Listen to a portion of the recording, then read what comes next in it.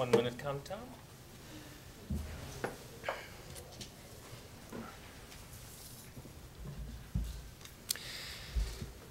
All right, I think we should start on time. Good afternoon. By way of introduction, Ken Isaacs is a senior executive leader with 34 years of experience providing emergency humanitarian and development assistance across the globe. As Vice President of Programs and Government Relations for Samaritan's Purse, a non-denominational denominational evangelical Christian international relief organization from which he is taking a leave of absence during this campaign for IOM, Mr. Isaacs works to provide approximately $500 million annually in emergency assistance and development services to people of all faiths and backgrounds all over the world.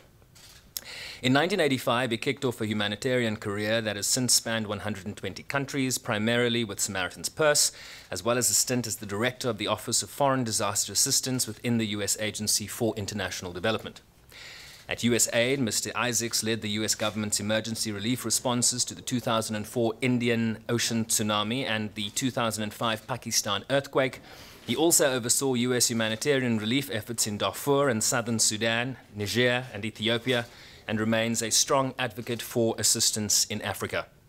Mr. Isaacs returned to Samaritan's Purse and has since led the agency's response to Ebola in Liberia, devastating earthquakes in Haiti and Nepal, aid to Syrian refugees fleeing to Greece and throughout Europe, and the development of an emergency field hospital near Mosul, Iraq, as that city was liberated from Daesh's control. Mr. Isaacs, a warm welcome to the United Nations Correspondents Association. I give you the floor to make an opening statement. Thank you. It's good to be with you all today. Thank you for being here. It's a great honor for me to be the U.S. candidate for the Director General of IOM, and it's an interesting time in history with what is going on with migration. And so while I have spent 34 years working around the world and have essentially been in every major disaster that has happened in the last 25 years, and I've worked extensively with migratory populations, I've never really looked at it as migration before in the holistic way that I'm looking at it now. What I've learned in the last 3 months about IOM and migration as I'm being prepared to come before you today and before leaders around the world is that it is a fascinating subject. It's a broad subject, and it's different for every country. If you look at the migration issues in Europe, they're quite different than they are in Central America. They're quite different than they are in Southeast Asia. Countries now are seeing mixed flows of migrants. They're not just sending countries or receiving countries. They're transit countries, they're return countries, and the concerns of every individual country is different, as are their societies. Certainly the flows that we're seeing in 2015, 2016, coming up into Europe, created quite a stir. And but at the same time, you look at another country like Bangladesh or the Philippines, it has 10 million migrant workers going abroad. The issues of these two different areas are quite different. A country that has so many migrant workers going out is going to be concerned about the safety of its citizens. They're going to be concerned about the ability for their citizens to make remittances back and for reintegration to come back when they come home when that day comes. Other countries are concerned about their borders, and the common term that is used is safe, orderly, and regular. This is what I think that the UN and the Global Compact on Migration is attempting to establish: a safe, orderly, and regular migration. And so to be the candidate at this time in history is a fascinating time. The thing that I've always liked about IOM in my career is that IOM is known as an organization that is highly competent in field operational. I have had the opportunity since 1993 when I was working in Sarajevo. It was the first time that I had an interaction with IOM, and since that time we have worked with them from Haiti to the Philippines and many other areas around the world. And I've always respected the organization. They play a key role in helping people, migrants, and also victims of natural disasters, and in helping states manage migration. And they provide a very unique role to the member states. They have 169, soon to be 170 member states based in Geneva. And they play a key role in advising governments and helping governments manage migration in a way that respects human rights, human dignity, equality, and help states manage their migration. So one of the things that I see with IOM that I aspire to do if I'm the Director General is to continue to build excellence in operation and transparency and accountability into the organization. It receives its funds from the 169 member countries. So if you could envision that it had 169 bosses, this would give you a pretty good sense of what it is. And each one of those member countries are the ones that donate money to it. IOM needs to raise money, project per project for the most part. It has core funding, but the majority of its money comes from states funding individual projects. As the Global Compact is being developed, as October 2016, IOM is now a related organization to the UN. This is going to mean some changes. It means that IOM has had a pair of shoes created for it by the member states who have a presence both in Geneva and here in New York, as well as in their capital cities around the world. And it is yet to be determined exactly what that's going to look like for IOM to fill the role of agency, the UN Agency for Migration. But clearly for IOM to be able to do that, they need to be able to do more with knowledge, more with data, more with action, and more with results. So it is playing a valuable role to countries all around the world, and I'm seeing that more and more. In my trip here in New York, I've been here 2 days, so I've been on a campaign trail. And I don't know if you've ever been on a campaign trail, but the days start turning into long days and long talking opportunities. But in the time that I've been here in New York, I've already met with representatives from more than 90 countries in the last 2 days. Ambassador Nikki Haley was very gracious, held a reception last night. It was well attended, and we had a luncheon today that was also well attended with about 35 member states there. I've had the opportunity to be in Geneva. This is my second trip to New York. I've been to Geneva twice. I've been to a number of embassies in Washington, D.C. I've also traveled to member states in Europe and to a number of countries in Africa. So going around, being able to introduce myself, and really it's campaign. One of the things that's interesting right now with migration, and something that shows the complexity and the international importance of it, is that the decision about who to vote for the Director General is not just a decision made now by the Foreign Ministry or any individual government agency. Many states, it's now an interagency process, and in some states, the head of state is making the decision. So this is reflective of how important migration is to the member states, how many elements of society that it impacts, and how much attention individual member states are giving to it. So with that, I'll open the floor and give it back to you, sir. Thank you very much. I'm going to start with a sort of a softball question to ease us into this. How were you informed of your nomination, and what was that conversation like? Well, you know, they don't tell you that you're going to be a candidate. They ask you if you're going to be a candidate. And so that came by phone call in the first contact was probably in December. There had been a slight mention in November, but it was a phone call. And then I answered back in a positive after about 2 weeks that I would do it. Who called you? I don't know that I ought to be saying that, but a senior U.S. government official that lives in New York City. Okay. Well, that numbers them down. All right, we'll open the floor, please. There's also a sign-in sheet at the front. There's some information, so pick that up. Please name the outlet you represent, your name, and pose your question, please. Hi, Whitney Hurst from Al Jazeera. I wanted to start by asking you about some of the controversial things you've said on social media over the last few years. You've said that Islam is not a peaceful religion and that Christians should receive preferential treatment. If you are appointed in this position, can you guarantee that you will treat all migrants fairly regardless of religion? Absolutely. If you look at the 34 years of my work history, which is very open, I have never made any distinction between people. And I will have to say that Twitter and 140 characters is not a very good way to make comments. but it's also not a good way to capture the context of what was said. And you know, I've given interviews. I gave Al Jazeera a 1 hour long interview and discussed these issues. And would I tweet again? No, I wouldn't. But if I'm elected the DG or if I'm not, I believe in the human rights of individuals. I believe that every individual is unique, has a valuable life, and they all deserve equal and fair treatment. Sorry, can I just follow up on that?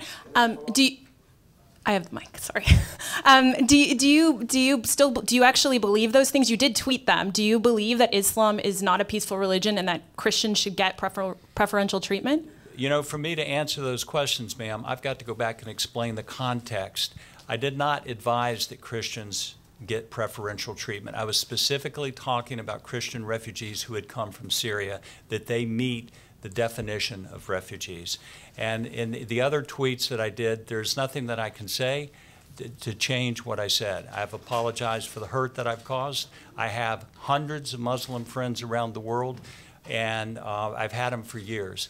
So I do not believe that Islam is a violent religion, and I have no distinction, no discrimination against anybody of any religion or no religion. Just stay away from the mic, please.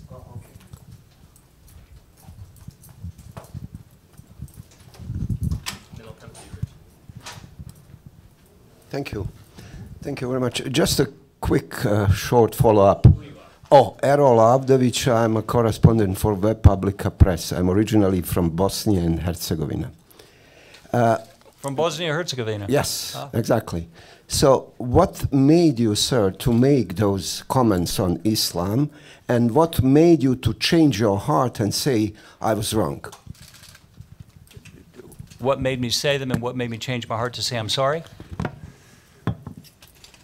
When you're sitting in your home at 10 o'clock on a Friday or a Saturday night and you see something in the news and you make a comment about it, when I made comments 2 years ago, I wasn't thinking that I was going to be the DG, but I'm making comments, or the candidate for the DG, but I was making comments about a very specific instance.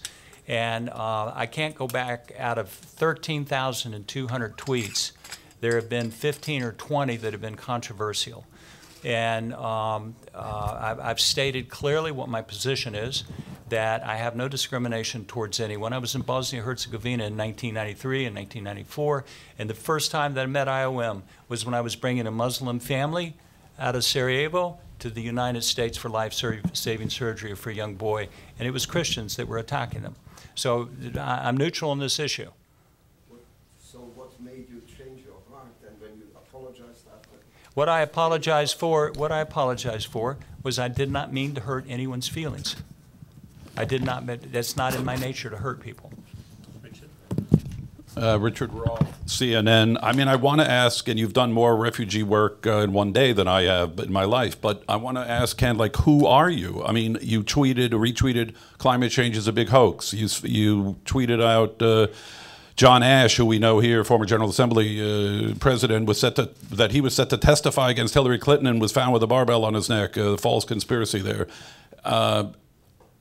We had a CNN anchor who was there for 34 years, was fired after he tweeted something that was nothing like this. Why should you not be disqualified for words? And in this building, words certainly count. Why should you not be disqualified for these tweets from this job? So at the top of my bio, it says retweets are not endorsements.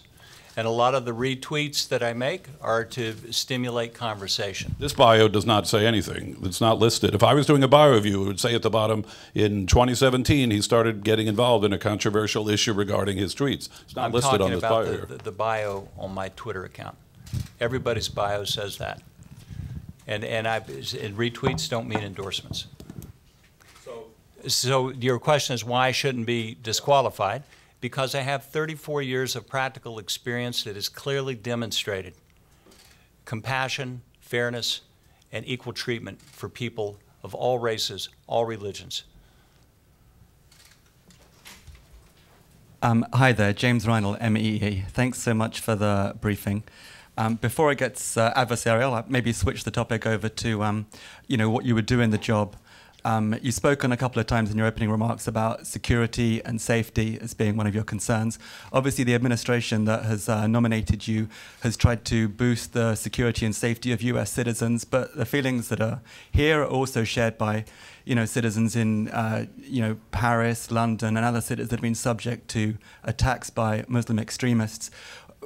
If you were to get the job, what promises can you make about what you would do to make the citizens of these cities safer? I can make no promises about that. That's not the job of IOM. That's the job of the states. IOM simply advises states on migration policy, but it's up to the individual states to determine what their own domestic migration policies are and what their security measures are.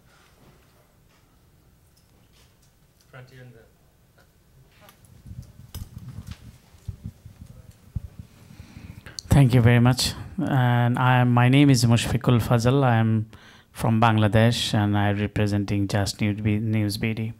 So my question is, as you're aware of that about millions of Rohingya refugees flew from Myanmar to Bangladesh, and Bangladesh is facing huge challenges for this refugee. And one of the reasons they flew from Myanmar for their religious belief. They are the Muslim minority in, and even portrayed this is a ethnic cleansing. Do you believe that this is a ethnic cleansing, number one? And number two, my question is, what will be your key role to settle down the refugee to back their country as Director General if you are elected? The Rohingya are technically refugees, but Bangladesh has declared them forcibly displaced former refugees in Myanmar. And because of that, it's the government of Bangladesh that has made that legal declaration. What the idea is they want them to return, and I think that there's a lot of discussion going on here, even in the Security Council, to get Myanmar to accept them back. It's a very complicated situation. I'm not going to have an answer to that today when the top political leadership in the world is trying to resolve that issue. But I will say that I have been to the Cox's Bazar twice. The first time in October, Samaritan's Purse set up a diphtheria treatment center there, and we have now conditioned that over to be infectious disease treatment as we're preparing for the monsoons. And I was there again in January. In fact, I was there when I received an email saying that I was the official candidate for the DG of IOM. Gloria? Yes, as an Wait for the mic, please. Sorry. Yes. Let's not go back over 2 years ago. Who you are first. Society Diplomatic Review and ALAF. I just want to study everything they're discussing now was done on Twitter 2 years ago. 2 years is a long time in the refugee world we're in. And you must have some insights now that if you had some leadership and control, what changes you would make. Because that's where we're looking at with you, not what was. Because people change, people learn, people educate themselves. The main thing is, where can we go with you now? And how do you see containment of keeping people where they are, that they don't want to be refugees? How do you see this? I think forcible containment of people who are refugees is not a way to go. I don't support that at all. There are nations that have huge refugee populations that do have containment, and I'm not going to name them. I think one of the issues with IOM, or not one of the issues, but one of the positions, it needs to remain neutral. I'm going to be reluctant to speak out against countries in an open forum like this. But in a closed forum, I will always be an advocate for people. I always have been, and I've worked in many, many complicated situations in the world where I've gone and been able to meet with heads of state and have very candid and frank conversation about issues of human rights, religious freedom, and let's say actions with their folks. Sorry. All right. Okay. Well, that's a great segue to me saying, please turn off your phones. But sir, I followed personally this refugee problem. Right. I used to be top at U.S. Committee for refugees. Yes. And I understand, because in working over the years, many people like yourself, particularly Americans, got more insights as they went on place, and they began to understand the different countries, the culture differences. And I saw that you noted about the culture differences and the understanding that's necessary. I forgive the interruption, but if you would please. That's okay. You had a nice ringtone. Ma'am, I have worked in over 120 countries. And they haven't been where I stopped through for 3 or 4 days and had my picture taken. These are sustained presence in countries with heavy conflict, where there have been massive, Afghanistan, 4 million refugees. I went there the first time in July of 1992. I was back in December of 2001. We helped 4,500 families return. Iraq, Jordan, Turkey, Greece. Samaritan's Purse was one of the lead agencies for the United Nations High Commission for Refugees, receiving refugees coming over across the Aegean Sea from Turkey. I'm very familiar with refugees. I'm very familiar with internally displaced, whether it's from insecurity, whether it's from climatic disasters, a tsunami, earthquakes, whatever. So I connect with people in a way that makes me very energetic to help them. I'm empathetic for them. I always have been. All right, first round questions, Steph. Oh, thank you. Stefano Vaccara, La Voce di New York, Radio Radicale in Rome.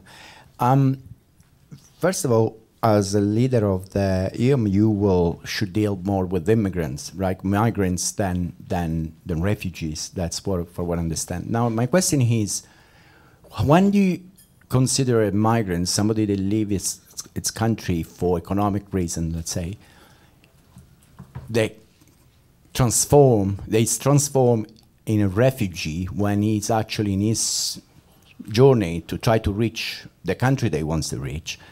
He's stopped in another country, and let's say he's not allowed to try, I'm just giving an example, Libya, where in the past there had been a lot, thousands of migrants that have been then became refugees because they were tortured, put in camps and things like this. So do you accept that there are, in this moment, thousands and thousands of people that qualify on the beginning as migrants, but then they become refugees?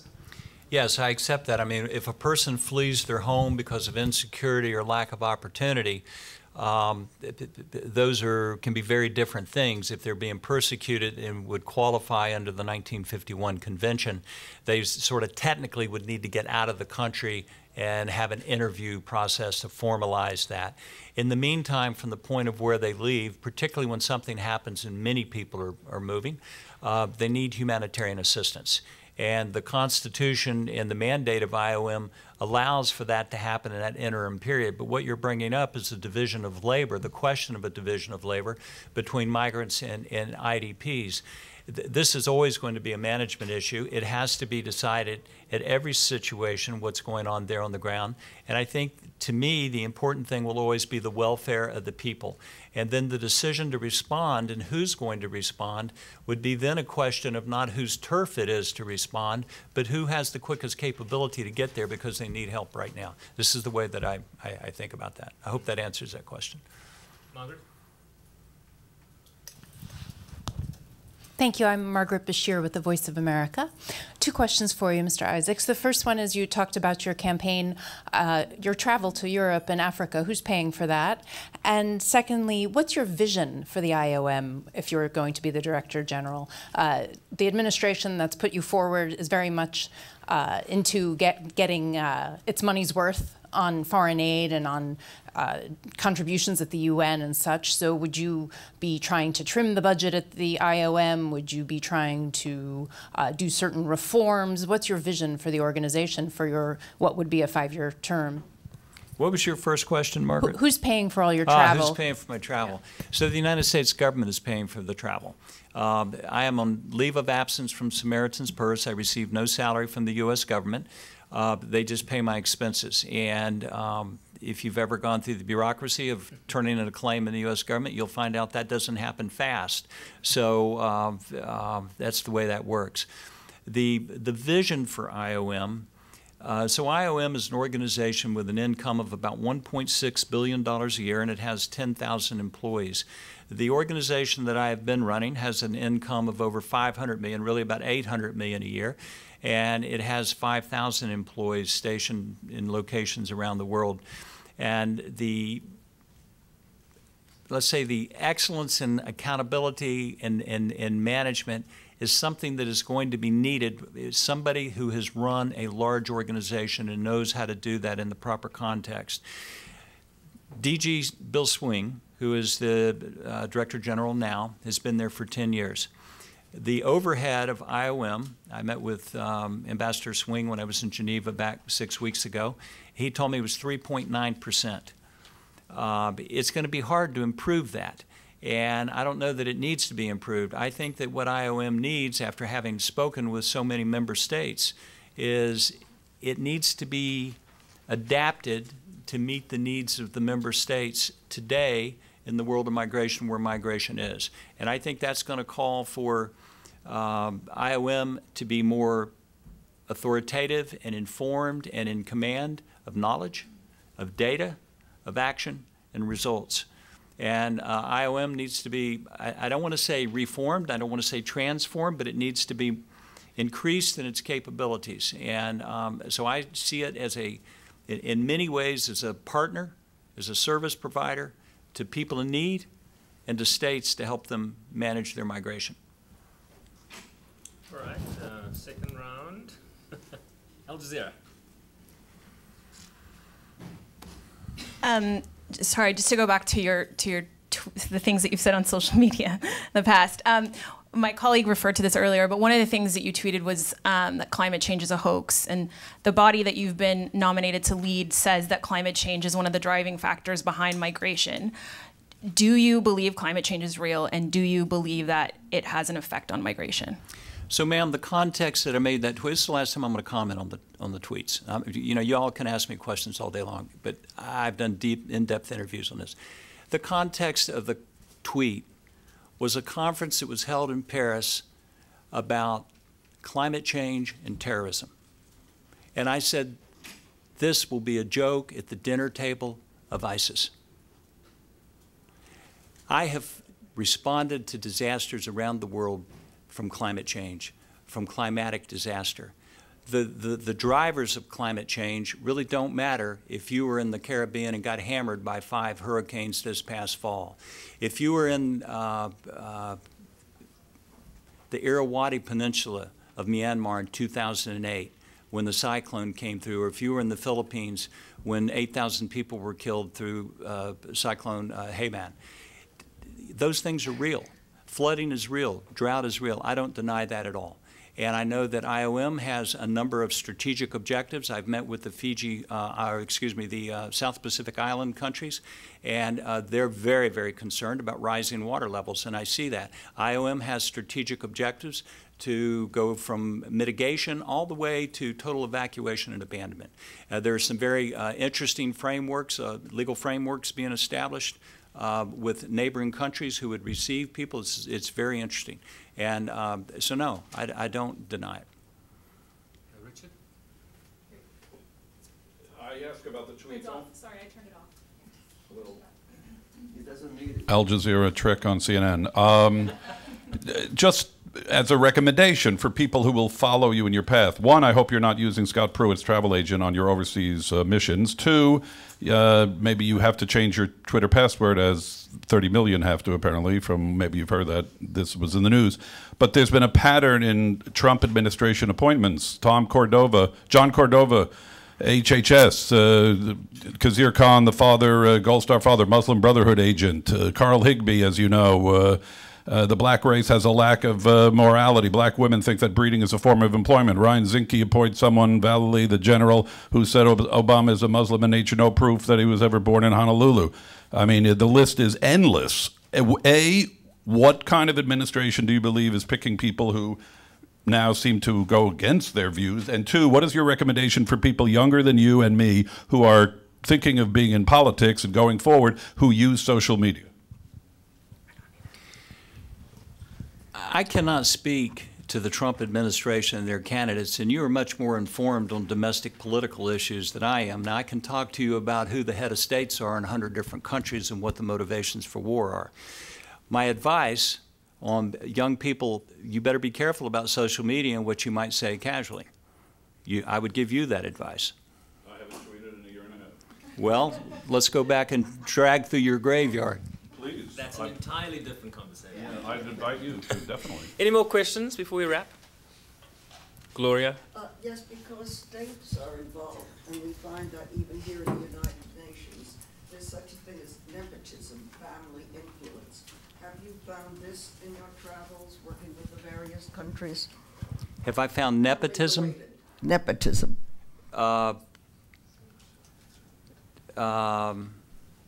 In the countries that I've worked in, yes, a lot. I think that in our examination of where this organization is going to go, somebody like yourself who has an awareness of where this nepotism is, who's traveled all over, I think that should be one of your number one things that you want to achieve, in my opinion. Thank you. Recommendation noted. Sounds like a great question. Okay. Are you wrapping Do you up? mind one more? Now one more. He's from Bosnia-Herzegovina. Oh, that's why I'm privileged. All right, thank you. I actually, again, with the tough one, I would say, when you go to and meet the leaders or political leaders at the Muslim countries, how they are responding, bearing in mind how did you use your Twitter account or so? What are the criticisms that you are facing? I have had very positive meetings with Muslim countries. I am a known entity. I have worked in Iraq, I've worked in Jordan, I've worked in Turkey, I have worked in Bangladesh, I have worked in Indonesia. I'm a very known entity. And I even had a letter of endorsement. I have a website, kenisaacs.com, and I've just put on biographical information and letters of endorsement that come there from people like Nick Kristof or from the Minister of Health of Iraq, who wrote a letter, a Muslim woman, a doctor, who wrote a letter expressing how when no one else would go to Mosul and give medical treatment, I came forward and organized that program and did it. And it wasn't for anybody of any faith, it was for everybody because they were wounded by ISIS. And we even treated ISIS fighters. A request for one more. Voice of America. Sorry, could I just ask you, Mr. Isaacs, what your philosophy is on migration? We've heard Mr. Swing over the years talk about it. It's real, it's here, it's staying, it's got to be dealt with, sort of. Do you agree with his philosophy on migration? Where do you see the next big crisis, next big migration crisis coming from? What part of the world? I just feel like I don't have really any meaty sense of your philosophy on some of the topics there. If you could expand. So my philosophy would not be so much about migration as it would be about valuing human life. And then whatever is needed to protect that human life, I would want to do that. When it comes to migration, I believe that all human beings have human rights and no human being has a right to deny those rights to them.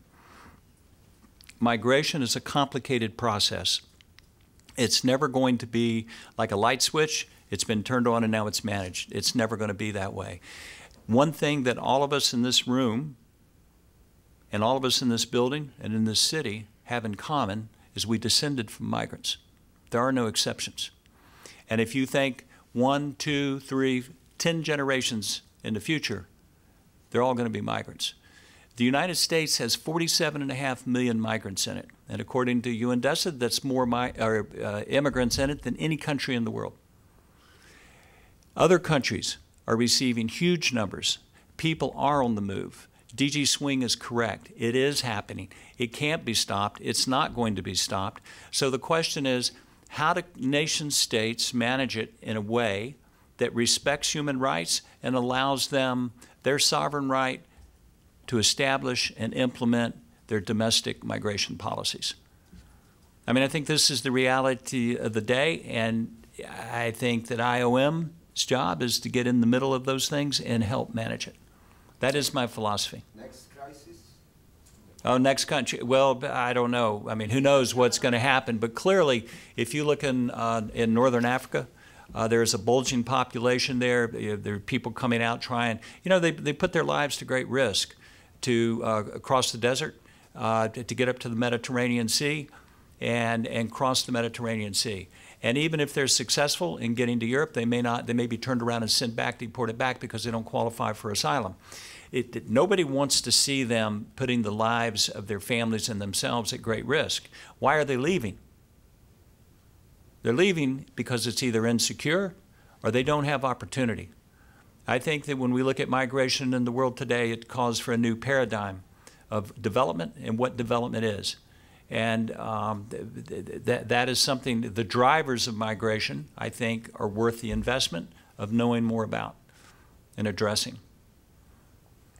And there is, of course, the DRC election later this year.